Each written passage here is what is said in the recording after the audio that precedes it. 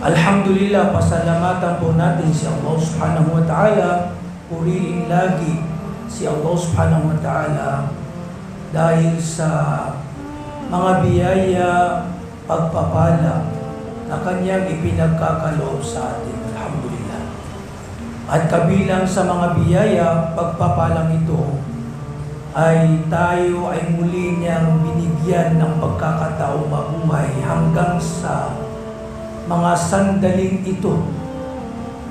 Binigyan pa tayo ng buhay, pinatnubayan, tinaufikan na maparito sa masjid na ito. Ginabayan tayo ni Allah subhanahu wa ta'ala na upang makapag-isip, mapagmuni-munihan natin ang ating mga sarili, mapaalalahanan natin ang ating mga sarili, mabigyan natin ng babala ang ating mga sarili hinggil sa ating kalagayan. Lalong-lalo na ngayon, alhamdulillah, papalapit na po ang dakilang buwan, ang buwan ng Ramadan. So alhamdulillah, una sa lahat, kapag mga panahon na naririnig o nalalaman natin, mga kaibigan, mga kapatid, na ang buwan ng Ramadan ay papalapit na, marapat sa isang Muslim, at ito ang dapat, na ang tunay na Muslim na nasa kanya ang iman, pananampalataya, pagmamahal kay Allah, pagmamahal sa paggawa ng kabutihan, pagbabalik loob kay Allah subhanahu wa ta'ala. Isa sa tanda ng mga tunay na mga mananampalataya, kapag nalalaman niya, nababatid niya na nalalapit na ang buwan ng Ramadan, siya ay nasisiyahan at nagagala. Nasisiyahan ang isang mu'min kapag alam niya, nababatid niya na ang buwan ng Ramadan ay papalapit na, mashallah. Dahil naunawaan niya, at ito ang kalagayan ng mahal na propeta at ng mga salaf, mga sinaunang mga tao.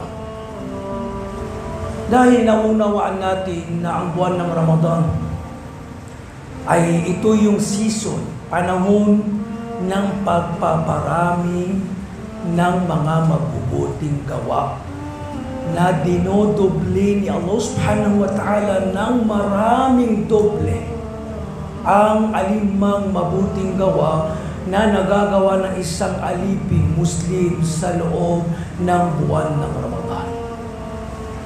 Hindi siya nalulungkot kahit alam niya na may paghihirap, may dapat isakripisyo, uhaw, gutom. Kahit ganun, at yun naman talaga sa isang mu'min na nagpupursige, nagsasakripisyo, alang-alang kay Allah subhanahu wa ta'ala upang makamtan niya ang dakilang antas sa paningin ni Allah. Kahit naunawaan niya, nawawala yung kapag mahal natin si Allah, kapag mahal natin ang paggawa ng pagkabutihan, kapag mahal natin ang Islam. Dahil naunawaan natin, kung nagpapakahirap tayo sa pagninegosyo, mga makumundong bagay, ano pa kaya sa bagay na may kaugnayan sa ating agama na ikakabuti natin dito sa mundo, higit lalo sa kabilang buhay, sa ating mga libingan sa araw ng paghukom. Kaya siya ay nasisiyahan na alhamdulillah, darating na naman ang dakilang buwan, ang dakilang bisita.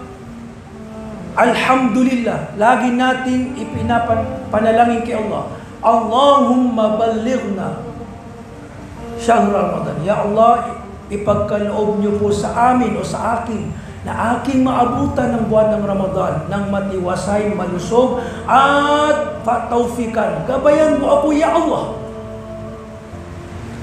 ng tunay, makatotohanan na intensyon na ako ay makagawa ng iba't ibang uri ng mabubuting gawa sa loob ng buwan ng Ramadan. Ito yung panalangin natin. Na naway ipagkaloob ni Allah subhanahu wa ta'ala na ating makamtan ang ating maabutan ng buwan Ramadan, tayong lahat. At pagalingin nawa ni Allah subhanahu wa ta'ala ang ating mga kapatid na nagkakasakit. At tulungan nawa ni Allah subhanahu wa ta'ala ang ating mga kapatid na dumadanas ng mapapait na pagsubok. Amin ya Allah.